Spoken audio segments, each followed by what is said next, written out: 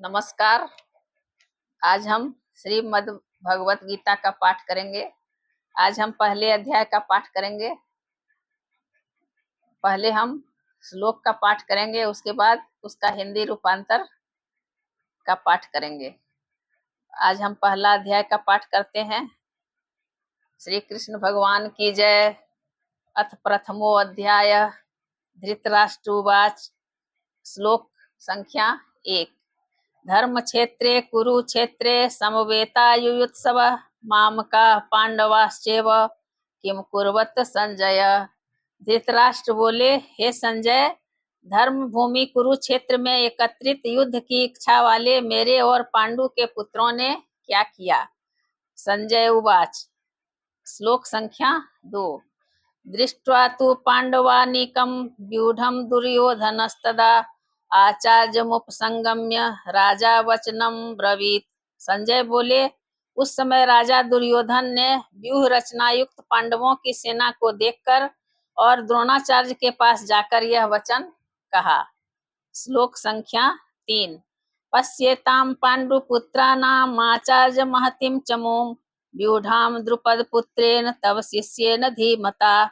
हे आचार्य, आपके बुद्धिमान शिष्य द्रुपद पुत्र धृष्टद्युम्न द्वारा व्यूहाकार खड़ी की हुई पांडु पुत्रों की इस बड़ी भारी सेना को देखिए। श्लोक संख्या 4 से 6। अत्र श्रूरा महेश्वासा भीमार्जुन समायुधि युयुधानो विराटश्च द्रुपदश्च महारथ दृष्टकेतुश्चेकितानः काशीराजश्च वीर्यवान् पुरुजित कुन्तिभोजश्च शव्यश्च नरपुंगव युधामन्युश्च विक्रांत उत्तमौजाश्च वीर्यवान् सौभद्रो द्रौपदेयाश्च सर्व एव महारथा। इस सेना में बड़े बड़े धनुषों वाले तथा युद्ध में भीम और अर्जुन के समान सूरवीर सात्यकी और विराट तथा महारथी राजा द्रुपद, धृष्टकेतु और चेकितान तथा बलवान काशीराज, पुरुजीत, कुंतीभोज और मनुष्यों में श्रेष्ठ शव्य, पराक्रमी युधामन्यु तथा बलवान उत्तमौजा, सुभद्रा पुत्र अभिमन्यु एवं द्रौपदी के 5 पुत्र, ये सभी महारथी हैं। श्लोक संख्या 7। अस्माकं तु विशिष्टा ये तान्निबोध द्विजोत्तम नायका मम सैन्यश्च संज्ञार्थं तान् ब्रवीमिते। हे ब्राह्मण श्रेष्ठ, अपने पक्ष में भी जो प्रधान हैं उनको आप समझ लीजिए। आपकी जानकारी के लिए मेरी सेना के जो सेनापति हैं उनको बतलाता हूँ। बोलिए कृष्ण भगवान की जय। श्लोक संख्या 8। भवान भीष्मश्च कर्णश्च कृपश्च समितिञ्जय अश्वस्थामा विकर्णश्च सोमदत्तिस्तथैव च। आप द्रोणाचार्य और पितामह भीष्म तथा कर्ण और संग्राम विजयी कृपाचार्य तथा वैसे ही अश्वस्थामा, विकर्ण और सोमदत्त का पुत्र भूरिश्रवा। श्लोक संख्या 9। अन्ये च वह सूरा मदर्थे त्यक्त जीविता नाना शस्त्र प्रहरणाः सर्वे युद्ध विशारदा। और भी मेरे लिए जीवन की आशा त्याग देने वाले बहुत से शूरवीर अनेक प्रकार के शास्त्रास्त्रों से सुसज्जित और सब के सब युद्ध में चतुर हैं। श्लोक संख्या 10। अपर्याप्तम तदस्माकं बलं भीष्माभिरक्षितम् पर्याप्तम त्विदमे तेषां बलं भीमाभिरक्षितम्। भीष्म पितामह द्वारा रक्षित हमारी वह सेना सब प्रकार से अजेय है और भीम द्वारा रक्षित इन लोगों की यह सेना जीतने में सुगम है। श्लोक संख्या 11। अयनेषु च सर्वेषु यथा भागम वस्थिता भीष्ममेवा विरक्षन्तु भवन्तः सर्व एव हि। इसलिए सब मोर्चों पर अपनी अपनी जगह स्थित रहते हुए आप लोग सभी निसंदेह भीष्म पितामह की ही सब ओर से रक्षा करें। श्लोक संख्या 12। तस्य संजयन हर्षं कुरु वृद्ध पितामह सिंहनादं विनद्योच्चैं शंखं दधमो प्रतापवान। कौरवों में वृद्ध बड़े प्रतापी पितामह भीष्म ने उस दुर्योधन के हृदय में हर्ष उत्पन्न करते हुए उच्च स्वर से सिंह की दहाड़ के समान गरज कर शंख बजाया। श्लोक संख्या 13। ततः शंखाश्च भैर्यश्च पनवानक गोमुखा सह सेवाभ्यन हन्यंत सौशब्दस्तुलमुलो भवत। इसके पश्चात शंख और नगारे तथा ढोल मृदंग और नरसिंहे आदि बाजे एक साथ ही बज उठे। उनका वह शब्द बड़ा भयंकर हुआ। श्लोक संख्या 14। ततः सवेतेर ये युक्ते महति स्यंदने स्थितो माधव पांडवश्चैव दिव्यो शंखो प्रददमतु। इसके अनंतर सफेद घोड़ों से युक्त उत्तम रथ में बैठे हुए श्री कृष्ण महाराज और अर्जुन ने भी अलौकिक शंख बजाए। पांचजन्यं श्लोक संख्या 15। पांचजन्यं ऋषिकेशो देवदत्तं धनंजय पौंडुं दधमो महाशंखम भीम कर्मावृकोदरः। श्री कृष्ण महाराज ने पांचजन्य नामक, अर्जुन ने देवदत्त नामक और भयानक कर्म वाले भीमसेन ने पौंड नामक महाशंख बजाया। श्लोक संख्या 16। अनंत विजयं राजा कुंती पुत्रो युधिष्ठिर नकुल सहदेवश्च सुघोषमणि पुष्पकौ। कुंती पुत्र राजा युधिष्ठिर ने अनंत विजय नामक और नकुल तथा सहदेव ने सुघोष और मणि पुष्पक नामक शंख बजाए। श्लोक संख्या 17-18। काश्यश्च परमेश्वास शिखंडी च महारथ धृष्टधुम्नो विराटश्च सात्यकीश्चापराजित द्रुपदो द्रौपदेयाश्च सर्वशः पृथ्वीपते सौभदश्च महाबाहु शंखानधमुह पृथक पृथक। श्रेष्ठ धनुष वाले काशीराज और महारथी शिखंडी एवं धृष्टधुम्न तथा राजा विराट और अजय सात्यकी, राजा द्रुपद एवं द्रौपदी के 5 पुत्र और बड़ी भुजा वाले सुभद्रा पुत्र अभिमन्यु, इन सभी ने हे राजन सब ओर से अलग अलग शंख बजाए। श्लोक संख्या 19। स्वघोषो धार्तराष्ट्राणां हृदयानि व्यदारयत् नभश्च पृथ्वीं चैव तुमुलो व्यनुनादयन्। और उस भयानक शब्द ने आकाश और पृथ्वी को भी गुंजाते हुए धार्तराष्ट्रों के अर्थात आपके पक्ष वालों के हृदय विदीर्ण कर दिए। श्लोक संख्या 20-21। अथ व्यवस्थिता न दृष्टा धार्तराष्ट्रान् कपिध्वज प्रवृत्ते शस्त्र संपाते धनुरुद्यम पांडव ऋषिकेशं तदा वाक्यमिदमाह महीपते। अर्जुन उवाच सेनयोरुभयोर्मध्ये रथं स्थापयमेच्युत। हे राजन, इसके बाद कपिध्वज अर्जुन ने मोर्चा बांधकर डटे हुए धृतराष्ट्र संबंधियों को देखकर उस शस्त्र चलने की तैयारी के समय धनुष उठाकर ऋषिकेश श्री कृष्ण महाराज से यह वचन कहा, हे अच्युत, मेरे रथ को दोनों सेनाओं के बीच में खड़ा कीजिए। श्लोक संख्या 22। यावदेतान् निरीक्षेऽहं योद्धुकामान् अवस्थितान् कैर्मया सह योद्धव्यमस्मिन् रणसमुद्यमे। और जब तक कि मैं युद्ध क्षेत्र में डटे हुए युद्ध के अभिलाषी इन विपक्षी योद्धाओं को भली प्रकार देख लूं कि इस युद्ध रूप व्यापार में मुझे किन किन के साथ युद्ध करना योग्य है, तब तक उसे खड़ा रखिए। श्लोक संख्या 23। योत्स्यमानान् वेक्षेऽहं येतेऽत्र समागता धार्तराष्ट्रस्य दुर्बुद्धेर युद्धे प्रियचिकीर्षवः।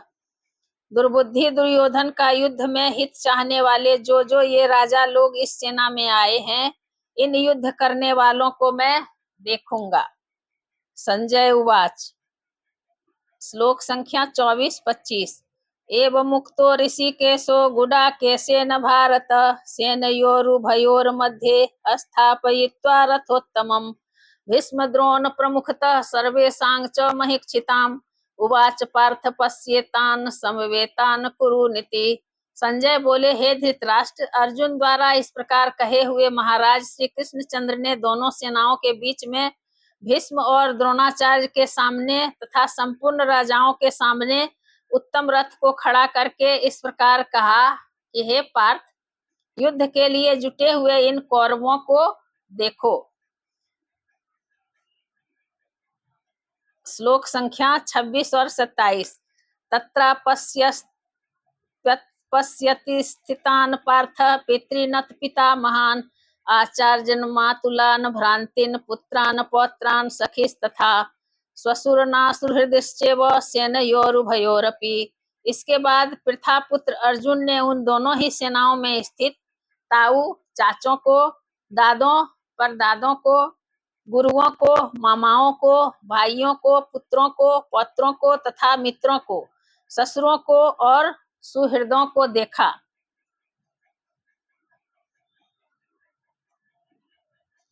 श्लोक संख्या 28।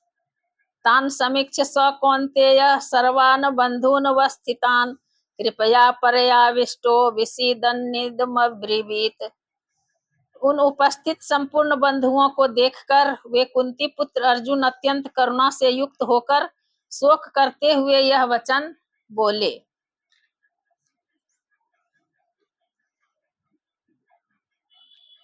श्लोक संख्या 29। अर्जुन उवाच दृष्टेमं स्वजनं कृष्ण युयुत्सुं समुपस्थितं सीदन्ति मम गात्राणि मुखं च परिशुष्यति बेपथुश्च शरीरे में रोमहर्षश्च जायते। अर्जुन बोले, हे कृष्ण, युद्ध क्षेत्र में डटे हुए युद्ध के अभिलाषी इस स्वजन समुदाय को देखकर मेरे अंग शिथिल हुए जा रहे हैं और मुख सूखा जा रहा है तथा मेरे शरीर में कंप एवं रोमांच हो रहा है। श्लोक संख्या 30। गांडीवं संत्रस्ते हस्तात्वक्यचैव परद्रह्यते परिदह्यते न च शक्रोम्यवस्थातुं भ्रमतीव च मे मनः। हाथ से गांडीव धनुष गिर रहा है और त्वचा भी बहुत जल रही है तथा मेरा मन भ्रमित सा हो रहा है, इसलिए मैं खड़ा रहने को भी समर्थ नहीं हूँ। श्लोक संख्या 31। निमित्तानि च पश्यामि विपरीतानि केशव न च श्रेयोनुपश्यामि हत्वा स्वजनमाहवे। हे केशव, मैं लक्षणों को भी विपरीत ही देख रहा हूँ तथा युद्ध में स्वजन समुदाय को मारकर कल्याण भी नहीं देखता। श्लोक संख्या 32। न कांगक्षे विजयं कृष्ण न च राज्यं सुखानि च किंग नो राज्येन गोविंदं किं भोगैर्जीवितेन वा। हे कृष्ण, मैं न तो विजय चाहता हूँ और न राज्य तथा सुखों को ही। हे गोविंद, हमें ऐसे राज्य से क्या प्रयोजन है अथवा ऐसे भोगों से और जीवन से भी क्या लाभ है। श्लोक संख्या 33। ये सामर्थ्य कांगीक्षतं नो राज्यं भोगा सुखानि च तो इमे वस्थिता युद्धे प्राणास्त्यक्त्वा धनानि च।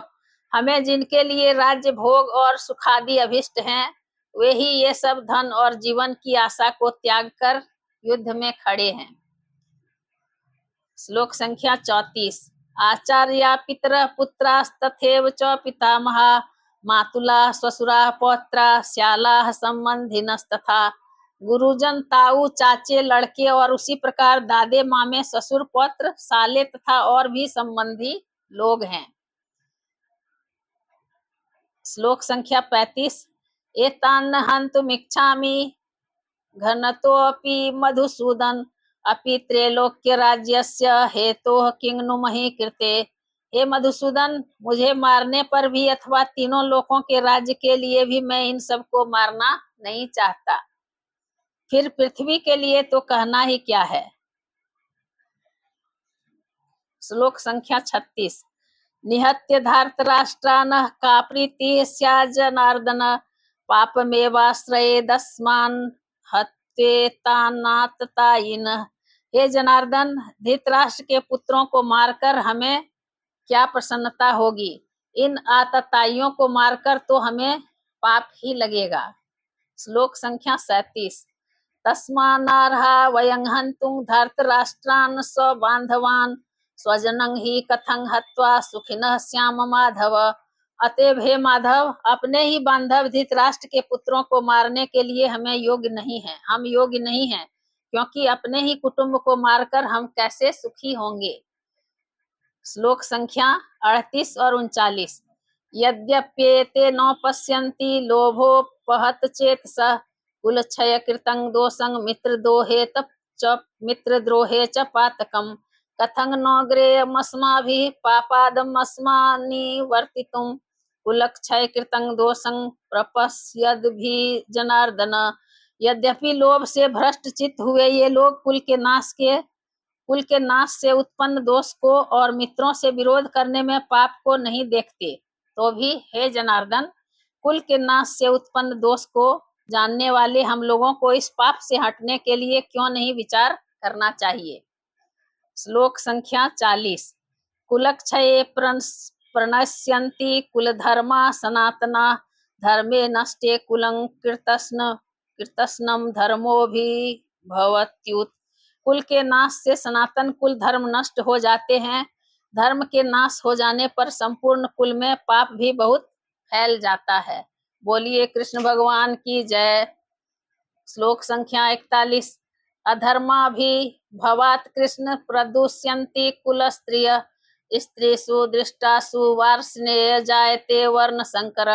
हे कृष्ण, पाप के अधिक बढ़ जाने से कुल की स्त्रियां अत्यंत दूषित हो जाती हैं, और हे वार्ष्णेय, स्त्रियों के दूषित हो जाने पर वर्ण संकर उत्पन्न होता है। श्लोक संख्या 42। संकरो नरकायेव कुलाघ्नानां कुलस्य च पतन्ति पितरो येषां लुप्त पिंडोदक क्रिया। वर्ण संकर कुल घातियों को और कुल को नरक में ले जाने के लिए ही होता है। लुप्त हुई पिंड और जल की क्रिया वाले अर्थात श्राद्ध और तर्पण से वंचित इनके पितर लोग भी अधोगति को प्राप्त होते हैं। श्लोक संख्या 43। दोषे रेते कुलाघ्नानां वर्ण संकर कारके उत्साद्यन्ते जाति धर्मा कुल धर्माश्च शाश्वता। इन वर्ण संकर कारक दोषों से कुल घातियों के सनातन कुल धर्म और जाति धर्म नष्ट हो जाते हैं। श्लोक संख्या 44। उत्सन्न कुल धर्मानां मनुष्यानां जनार्दन नरके नियतं वासो भवतीत्युनुशुश्रुमु। हे जनार्दन, जिनका कुल धर्म नष्ट हो गया है, ऐसे मनुष्यों का अनिश्चित काल तक नरक में वास होता है, ऐसा हम सुनते आए हैं। श्लोक संख्या 45। अहोबत महत्पापं कर्तुं व्यवसिता वयं यद्राज्य सुख लोभेन हंतुं स्वजनमुद्यता। हा शोक, हम लोग बुद्धिमान होकर भी महान पाप करने को तैयार हो गए हैं, जो राज्य और सुख के लोभ से स्वजनों को मारने के लिए उद्यत हो गए हैं। श्लोक संख्या 46। यदि माम प्रतिकारमशस्त्रं शास्त्रपाणय धार्तराष्ट्रारणे हन्युस्तन्मे क्षेमतरं भवेत्। यदि मुझ शास्त्र रहित एवं सामना न करने वालों को शस्त्र हाथ में लिए हुए धृतराष्ट्र के पुत्र रण में मार डालें, तो वह मारना भी मेरे लिए अधिक कल्याणकारक होगा। संजय उवाच। श्लोक संख्या 47। संजय बोले, एवं मुक्त्वार्जुन शंखस्य रथोपस्थ उपाविशत् विसृज्य सशरं चापं शोक संविघ्न मानस। संजय बोले, रणभूमि में शोक से उद्विग्न मन वाले अर्जुन इस प्रकार कहकर बाण सहित धनुष को त्याग कर रथ के पिछले भाग में बैठ गए। अथ प्रथमो अध्याय संपूर्णम। यहाँ पर प्रथम अध्याय संपूर्ण होता है। आज हम प्रथम अध्याय का पाठ किए। संस्कृत पढ़ने में जो भी त्रुटियां हुई हो, कृष्ण भगवान हमें माफ करें।